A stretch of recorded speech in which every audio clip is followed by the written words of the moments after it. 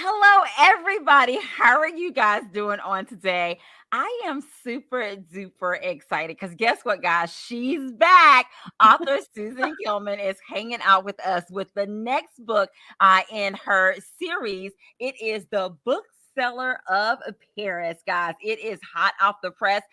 It just came out. And of course, we will be sharing with you how you can get your hands on a copy of the Bookseller of Paris, and we are celebrating the release of this book as well. And of course, guys, you know what to do here at the cafe. Like, tag, and share, and tell a friend to come on down to the cafe because we're hanging out with author Suzanne Kelman on today. Susan, of course, you're not a stranger to the cafe, but introduce yourself to the people, my friend. Hi, yeah, my name's Suzanne Kelman. I'm an author originally from England. I now live in Washington State, and I've actually had 12 books published now.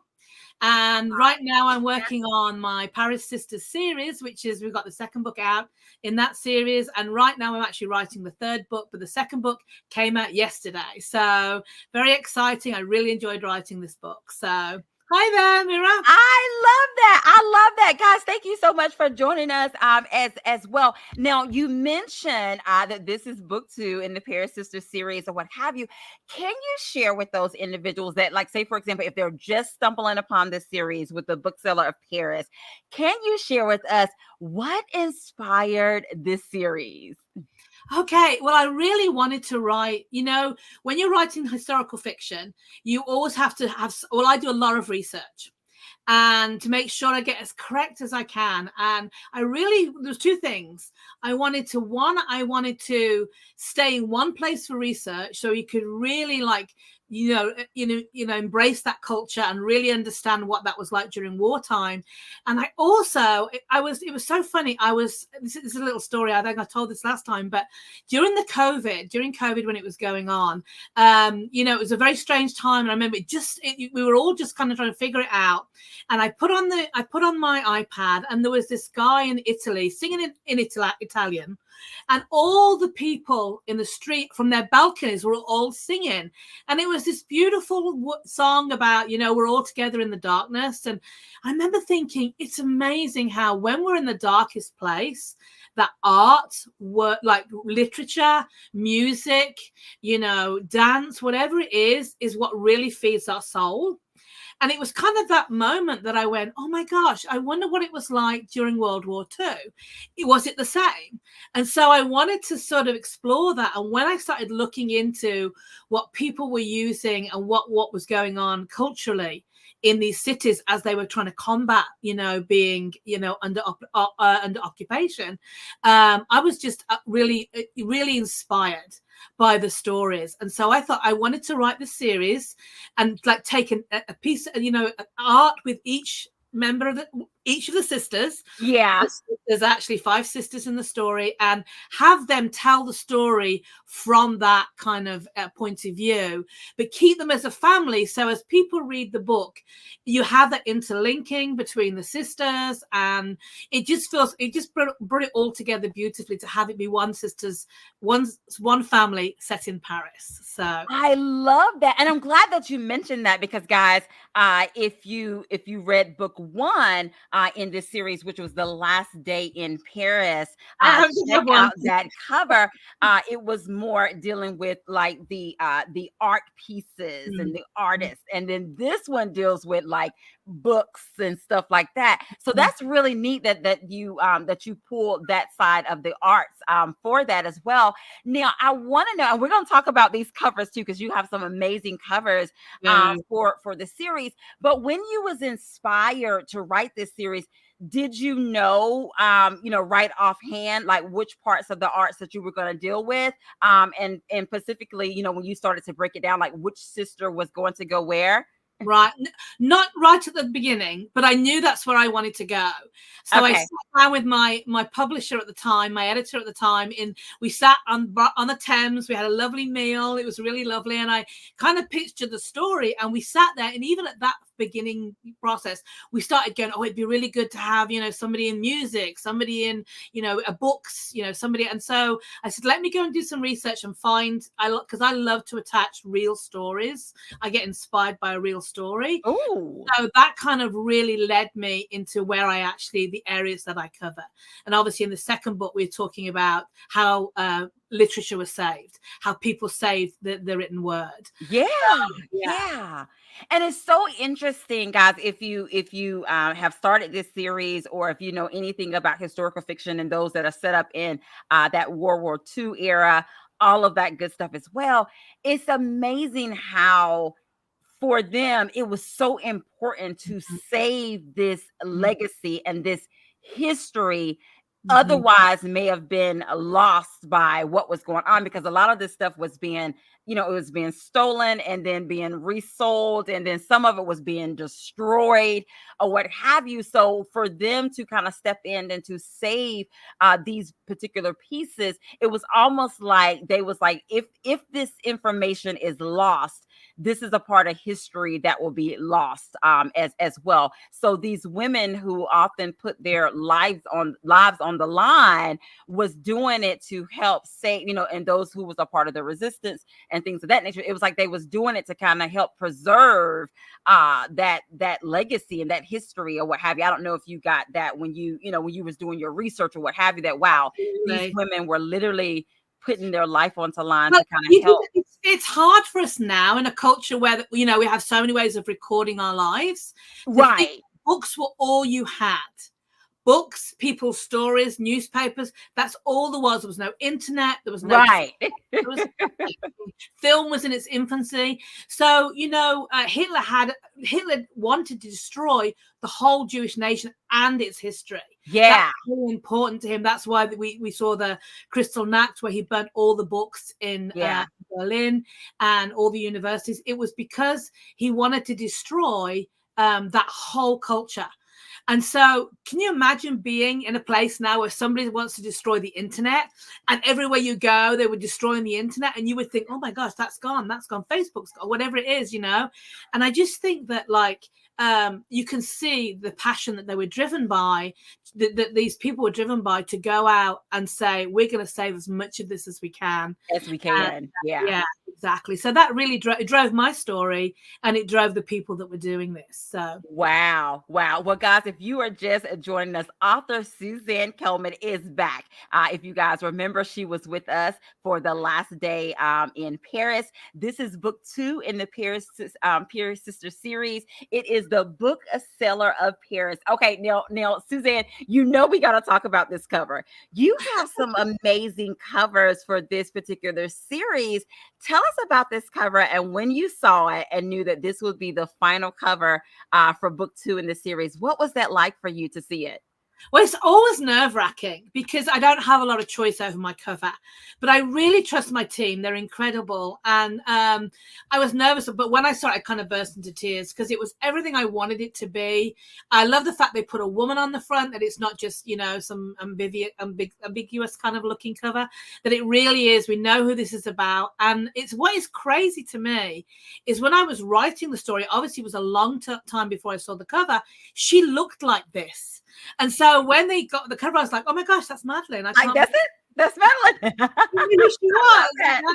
And so it was incredible to me, and I just love it. I love the fact that Paris is in the background. I love the colors she's wearing. I think the pink and blue is beautiful together. And it is stunning. And they do stunning covers. My publisher are amazing. They really are. Yes, I love it. And they're giving you cover love in the comment section as well. Now, of course, the first book in this series is called The Last Day in Paris, and this one is The Bookseller of Paris. Was this the original working title? Can you spill a little bit of tea? Are all of the titles going to have Paris in there somewhere? Or tell us about the title. I think we are going to have Paris in all the titles. Oh, okay. We're discussing the third title at the moment, and that may also have Paris in it. So we haven't finalized anything yet. But the second book, definitely, yeah, it was always going to be The Bookseller of Paris, which is good because sometimes they did change the first one on me, as you know. And so, yeah, it was. I'm really glad that they they change. I think it's perfect. I think it fits the book perfectly. It's exactly what it's about. It's about a woman in Paris who, you know, finds the courage to go and do this, and I just love that. I love anything to do with bookshop. So this is why it was such a joy to write. I literally will buy a book with the word bookshop on the cover. Right. Don't we get excited about that? I mean, yeah, the whole book is filled. We love that as readers. So I was very excited to do it and to actually have such a beautiful cover and title for the book as well. I love that. And speaking of like bookshop or booksellers and all that stuff, I love how when you talked about the actual bookshop and you described it and all that stuff. I mean, just that whole feel. It was like, oh my goodness, I'm so in. You know, I'm a book nerd, so I love that about it as well. Let's see. Yeah, I'm sorry, I was reading somebody's thing, but yes, I love that when books have that bookish backdrop or what have you. And like I said, that whole feel of when you was describing what the bookshop looked like or what have you. Now, okay, I want to get into this a little bit. Of course, the first book was one of the sisters, Isabel, but this is Madeline's story or what have you. Now, can you share with us a little bit? Did you know that Madeline was going to be next? When you was working out this series, can you share a little bit about that and wanting to get her story out next? Yeah, actually, that same meeting on the Thames, we decided which sister was going to be first. My editor didn't want to make she didn't want to kind of go oldest to youngest. She wanted to kind of mix it up a little bit. So we go, Isabel's the second in line. It's like second age, and then Madeline is the oldest here. And also it really played into how the characters, because we know an older sibling is more sensible, you know, she is more practical, and this was definitely Madeline, whereas Isabel, as you know, went through a lot of heartache. She was much more closed down, that second child. And so each child, I mean, we get to the last one and she's just naughty, you know, so it's like you know, each character. It's interesting that as I'm writing the third book about Antoinette, who is the third sister in the series, she is a typical third child, and it's so cool when you're doing that because you can really play into what I'm one of five, so I know what it's like. I'm the eldest of five, so I kind of know those dynamics, you know, and it's great to be able to pull from that as you write the story, you know, and if you are that sibling, you also relate to that, you know. I love that. I love that. And of course, they wanted to know now, you know, some people they feel like they have to read everything in order. If someone just came upon the Bookseller of Paris and they started reading that, is it okay? Or do they need to actually read them in order? How is that for readers if they're just coming upon the series? I think once the series is finished, you're going to want to probably read it in order because the very first book ties into the last book.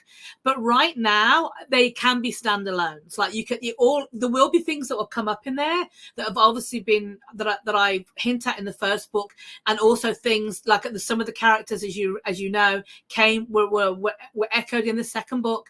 So if you want to know who Esther is, for example, she is the protagonist, one of the protagonists in the first book.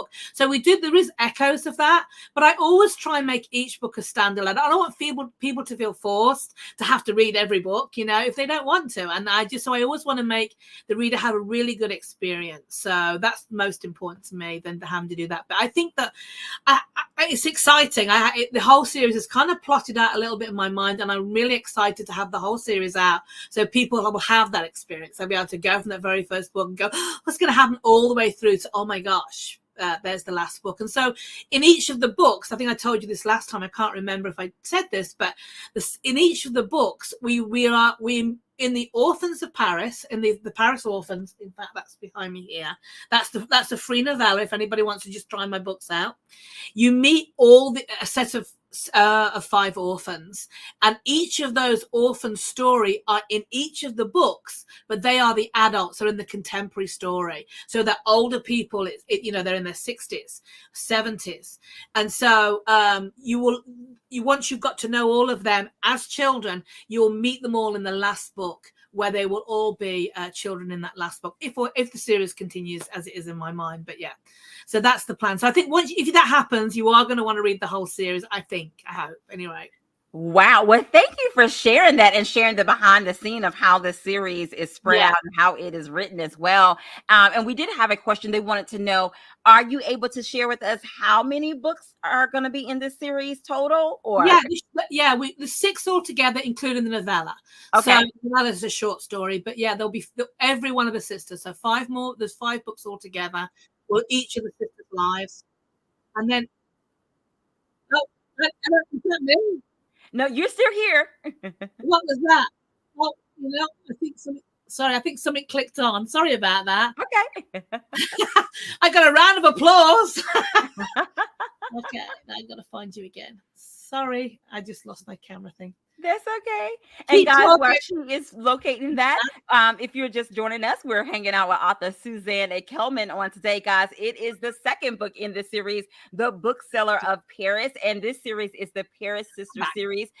She has shared with us that there will be all of the sisters will have their story, and there will be 6 books total, one including the novella that came first. And she'll be sharing with us a little bit at the end when we tell you how you can get your hands on a copy of it. She'll be sharing because I think one of those books is on sale. So she'll be sharing a little bit information about that as well. Now, I want to ask you this, Suzanne, for those who may be new to you and new to your writing, can you share with us what is it that you enjoy about historical fiction and also writing in the World War II era? Yeah, no, that's a great question. And I've always loved historical fiction. I actually love, with a World War II, you get to see these incredible, very ordinary people do incredibly unusual things. Mhm. Booksellers. This story is written about a woman called Idal Kibra. I think that's how you say her name. And she was this woman who was just a librarian, really, literally. I mean, that's who the story inspired the story. And she was approached by somebody in America in the Library of Congress and asked if she would do this service, if she would go out. Her story is much bigger than my story. She went all over Europe and she collected manuals from the Germans that they didn't know about. She collected newspapers, she collected books, but she was just an everyday An librarian, everyday person. ended up doing these incredibly brave things and ended up saving over 30,000 microfilms. She took photographs with a microfilm camera. Wow. And she saved 30,000. She had 2 big heavy suitcases when she came back to the US. So it's an amazing. She wouldn't have done that. That's not story she would do normally in peacetime. So I think that's what I love. I love to see ordinary people doing extraordinary things. All of my heroines are flawed. All of them come to it. Most of them come to it in a very not forced into it, but in a way that they don't expect to be in, and they end up in a situation where they don't have a choice, or they feel they've got to do something about this. And so I think that's why I like this particular genre, the World War II. I also love regular historical fiction, but this is what's fun about this one, is you can put people on these incredible adventures who are just like you or me, and just in very extraordinary circumstances. Wow. And Susan, one thing that I can say about you, and you did the same thing in the last day in Paris, is you hit us with a headliner like early on. Like there, y'all, let me tell you, when you start reading it, you're reading along, and then it's like bam, it's like whoop, okay. She give you a little bit of suspense, and like I said, it's in this book, guys. I'll spill a little bit of tea. There is a letter Mm-hmm. that she receives, and Mm-hmm. she receives some interesting information in this letter. Her husband wasn't all that she thought that he was supposed to be. I'll just say that much. And so it was like she's still like grieving, but at the same time, she was like, oh, this can't be, like, Right. wow, and so I was like, oh my goodness. I said, Susan didn't wait to get us sucked in about what, and not only that, remember, I'll spill a little bit more tea too. You can actually, I think this is actually in the on Amazon, so you're okay to go ahead with it. Okay, gotcha. And then there's a piece in there where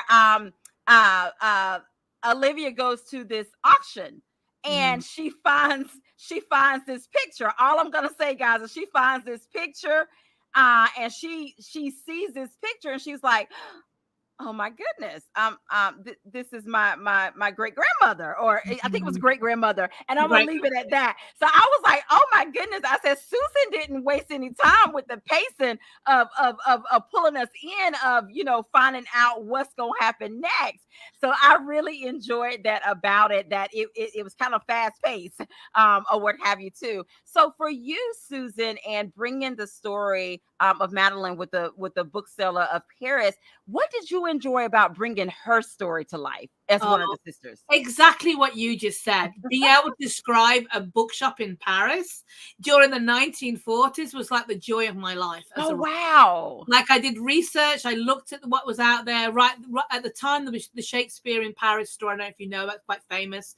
That was there, but it was closed down, and they had books. They had books hidden upstairs, and so it was just, I don't know. I love creating a world. Like for me, it's funny. I joke about, as a writer, I spend a lot of time in a world that's not real, and I love like being able to create a world that I want to be in. Like I want my readers to be in, and so I think like juxtaposition, we spent some time in Paris in this beautiful bookshop, and then we're also in Berlin in an incredibly beautiful manor that's a real place. It has real history, and I hope a lot of people get to read my letter at the end of where the inspiration for the story comes, because I use real life places on purpose, because I want to also, I'm not trying to preach, but I would love to educate my readers on, this really happened, and this was a real place, and this is what they were doing there. And so I always try and do setting as well as characters that are real, that happen that have real storylines, story things going on. So that was really fun. Wow. And that they, of course, guys, she's going to read a little bit for us as well, but we got to talk about the characters a little bit. Let's start with Madeline. If you had to describe her, how would you describe her for us? And you did tell us, like her age as far as it comes with the sisters, but how would you describe it? I would say she is the sensible one. She's the oldest sister.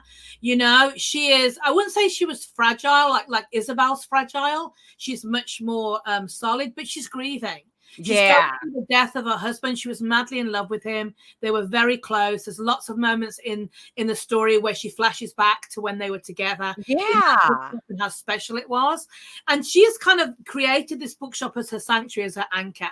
And so even when the Nazis arrive in town, she's like, I'm just going to kind of, be here and just not worry, and I'm not going to worry about out there.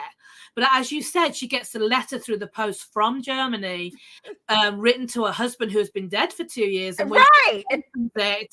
she gets this shock, and I'll go ahead and share that. She gets a shock that her husband may have had a child out of what, and she's not sure if it's an affair. Right. A child in Germany that is his son, and she is actually hasn't been able to have children, so it hits her hard that there's something there that is also connected to her husband. It's what she always wanted to give him, was a child, and of course he died before that happened. And so she is like, she's in this moment, and it just happens that this little boy is half Jewish because her husband was Jewish. Right. This little boy is in a lot of danger, and he's in Germany. So she has this terrible choice: do I stay safe in this environment, or for the sake of my marriage and my husband, do I go, this woman, is it even real? Try to help figure this this out. And child. there's a little Germany that might need saving. And so she steps out of her comfort zone, as you were saying, and goes on this journey to find her husband's child. Mm-hmm. So that story really, I felt like that moved me to move her. And so going back to Madeline, I think that she probably would have waited out the war if this hadn't happened. Yeah. And that leads to her actually meeting with somebody who actually asked her to start bringing across banned books. And so it kind of is one of these things. And actually, even towards the end of the story, there's a moment when she's at the end, and I won't explain all the situation, but she's like, how did I get here? Yeah. How did I get here? I was just trying to help people. I was just, and she ends up in a lot of trouble with the Nazis, and so it's like, that's what I think. Madeline is a kind-hearted, she's a good person. She just wants to help people. She's the oldest sister. She cares about her family, but she also really cares about this little boy who is somewhere in Germany under great peril. Yeah. Yeah. And let's talk a little bit about Olivia's character. What can you tell us a little bit about her character? Well, Olivia is the protagonist in the contemporary story. I always write dual timelines. Yes. But she is our contemporary character. And she too has been through her stuff. She was married to an abusive husband. And Mhm. so she has been through a lot of anxiety, and she's rebuilding her life. Yeah. She's in a part in her life where she is trying to find her footing again. She's also living a safe life in her own mind. Yeah. But she's very controlled by her anxiety. And so when she finds this photograph of her grandmother, and there is this huge mystery, Yes. she's very connected to her family, and she has this estranged grandfather who may know what's going on. And so she starts with him, and then this huge thing starts to just get bigger and bigger and Yeah. bigger. And she has to go to Germany too, get on a plane. She's having a panic attack, but she has to figure out whether what she's found out in her family history is true. And so, you know, her story is pretty dramatic as well. So Guys, I'm coming from that place of like, I'm trying to be cozy and keep my life, and then they have to go out into the world and just face what they've come to face, you know. Right. Because remember, even her mom is like, let's kind of like leave this alone. Destroy the evidence. You know, we don't want to go digging. And in her mind, she's like, Mom, I can't just let this go. I can't like just destroy this, push it aside, act like it didn't exist, you know, or what have you too. And I'm so I love a good dual timeline. So guys, let me just tell you, you are in for a treat. It's Paris, it's World War II historical fiction dual timeline. Oh my goodness. You definitely want to read the Bookseller of Paris. Now, I want to ask you this, Suzanne. When you think about all the characters that make up the Bookseller of Paris, which character was the most interesting for you to write? And then is there one that at the same time was a little more complex for you? Okay, I'm going to start with the second one, which was Kurt, the grandfather. I was really concerned about writing that character because I knew he was going to be really off-putting. Yeah. I knew he was going to be a person that was going to be shut down, that was going to be rude. And sometimes, even as a reader, I'm like, well, I don't like this guy. I don't care if he, you know, gets to the end of his story. And but so I was like, I was always stepping between, you know, hopefully we see his humanity. Hopefully you see that even though he's a grumpy old git, which he really is at the beginning, that it's because he's so hurt and so shut down. And when we hear about what happens to him in the last book, you'll understand why he's so shut down. Yeah. And you I don't leave you hanging in this book. You get to see his recovery, and you see his arc. But yeah, he was the most complex, and it always is. It's always the most complex one is the one that's going to be the most difficult to write. So he was difficult to write, and I think for the you got a comment about. I wasn't sure if you wanted to. Oh, no, you're fine. Okay. And so I think the best one really was Madeline. I loved her story. She's such a great character. She's everybody we want to be. She's good. She was sweet. She's kind, but she's also, you know, she steps out and becomes brave. Yeah. So that's the person I guess I often write about people I would love to become. And I would love to become Madeline. She's such a brave person in this. And yeah, I loved writing her story. Yeah, she was definitely brave indeed. Guys, if you're joining us, we're hanging out with author Suzanne Kelman, book 2 in her Paris sister series, The Bookseller of Paris. It is hot off the press. We will be sharing with you in just a bit how you can get your hands on a copy of it. And Susan is going to grace us with just a little snippet. I'm going to let her share and set the scene and set the tone of what she's getting ready to share with us. And then, Susan, you can begin when you're ready. Oh, okay, great. So yeah, I'm going to be reading obviously from the Bookseller of Paris, and I thought I would start with the prologue because it's pretty gripping. And as we've just set the scene, you know, this is a Paris bookshop, a woman who's, you know, owning it. But when we actually meet her at the beginning of the book, it's in the middle of the story. So I'm going to flash back, and then I'm going to read a little bit of this prologue. Okay. Berlin, autumn 1941. Madeline.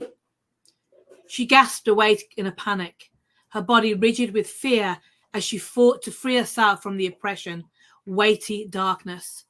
Her chest strained and her muscles quivered as she realized she couldn't move, and the heaviness compressing her was a solid, cold embrace of concrete and steel.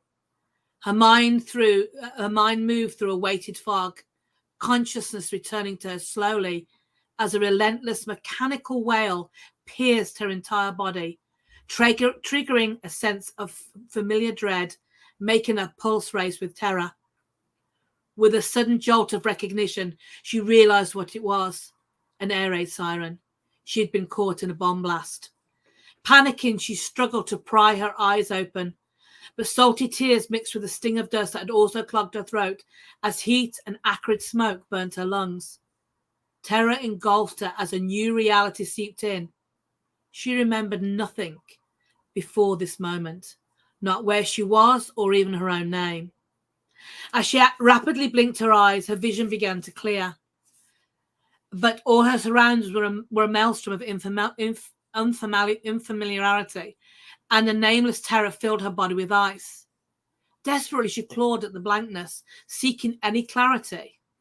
As she peered through the hazy darkness, pinholes of light stretched like fingers towards her, and a cloud drifted above her head, but she wasn't outside. With a frightening awareness, she realized she was looking at a gaping hole in a precariously hanging ceiling. As the air raid siren relentlessly wailed continued to vibrate through her body, she focused through the cloud of dust as a battered metal sign swam into view, dangling dangerously above her, shuddering back and forth like a disgruntled pendulum. She desperately tried to decipher the words through the haze and slowly spout them out until a chilling sensation spread rapidly through her body. The words were in German. The nameless terror morphed into gut-wrenching clarity. She was in enemy territory. And I'm just going to jump to the end of this really quickly. And then all at once, it surged up from the darkness. Familiar resonated from the void. Madeleine Valette. Her own name was like a beacon in the fog. She closed her eyes with a relief, then wrenched them open again. She couldn't go to hospital. They would find out what was strapped to her body. Madeleine was a bookseller from Paris, a French spy, and beneath her clothes, she was smuggling banned Jewish literature.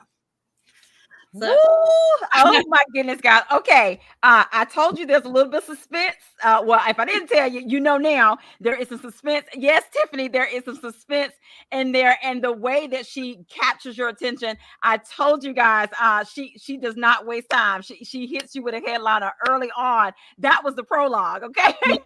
That was the prologue. They are loving your snippet that you read. Letitia said fantastic. Dahlia said sounds very interesting. And of course, guys, let me just tell you, you are in for a treat. This is book 2 in the Paris Sister series. Book 1 was The Last Day in Paris, which was her sister, Isabella. And now this book is Madeleine's A Story, the Bookseller of Paris. And of course, guys, there is going to be a giveaway. I am going to allow Suzanne to share with us what her giveaway is going to be on today. Actually, this time I decided to give away a paperback. So I want to give away a signed paperback. I didn't do that last time, but I'd love to do that of this book this time. So I'll let you figure out who, Angela, and get an address to me. Okay. And I wanted you to see, Helen said, girl, sound like you wrote that book. I'm so excited to read it. I love that. Tiffany Jones says nice as well. And guys, the giveaway today is going to be a print copy of the Bookseller of Paris. And I'm going to get author Suzanne to help me. Suzanne, I'm going to go up and down the comment section, my friend, and then you're going to tell me when to stop. And then that person will be the winner of a copy of the Bookseller of Paris. Okay, I am ready when you are. Okay, now. Okay. Let's see.